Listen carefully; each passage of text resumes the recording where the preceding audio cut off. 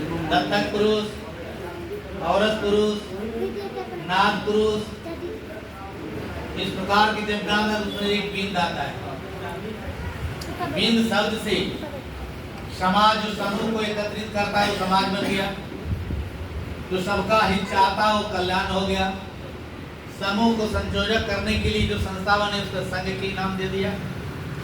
बहुत ही इनकी एक पत्रिका भी छपी हुई है, कुछ निषेध है उसमें, कुछ प्रसार भी है।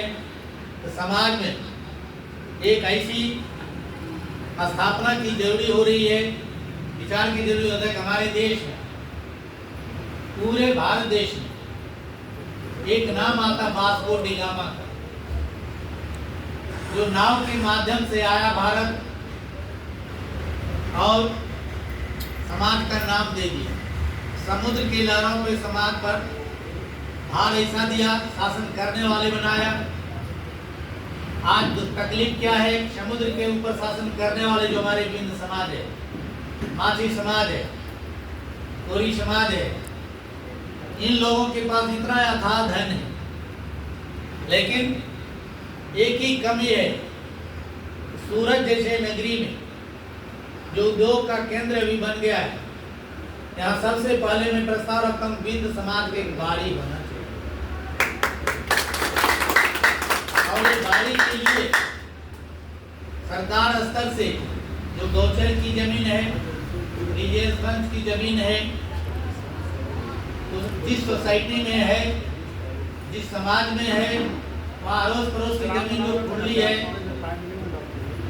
म्युनिसिपालिटी ने कवर किया हो, बोर्ड लगाया हो, उसके तक जाने के लिए, जानकारी लेने के लिए सूरत जिला में अभी खासकर सूरत शहर में जो आ गया है 30 वार्ड हुआ है। बिंद समाज के हर वार्ड में से कम एक प्रमुख, एक उप प्रमुख होना चाहिए, जिससे वो जनगणना करे हमारे समाज के लोग कहाँ कहाँ कितने हैं, उसे क्या होगा और किस चीज की आवश्यकता है। दूसरा हमारा है सुझाव, समाज पहले और शिक्षा पर भी जी लेते थे, मछलियों का व्यापार करके भी गुजरान कर लेते थे। अभी मछली की व्यापार कंट्राक्ट हो चुका है, जीविका जीवाधार है। जो अधिक धनराशि देगा उसके पास ही इसकी व्यापार जाएगा, विदेश तक जाएगा। लेकिन ये अन्य यदि पर्याप्त मात्रा में हो रहा है, कोई जरूरी नहीं मछली को खरीदिए, लेकिन ये अच्छे कामों में उसका सदुपयोग करना चाहिए। कबीर की वाणी, व्यासदेव की वाणी पढ़ना चाहिए। क्यों? समाज सुधारक ये दोनों हुए।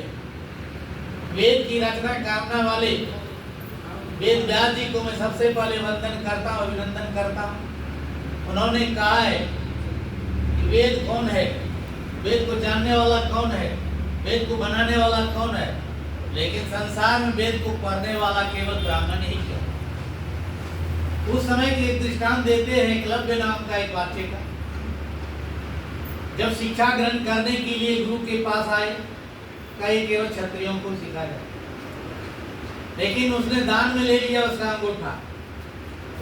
सत्य क्या है मैं नहीं बता सकता, लेकिन इतना जरूर कहता है आप शिक्षा से वंचित अपने बच्चों को रखते हैं। सबसे बड़ा हमारा बिंद समाज द्रोही है जो बाल मजूरी अपने बच्चों से कराते हैं। कम से कम 14 वर्ष की अवस्था तक उसको शिक्षा से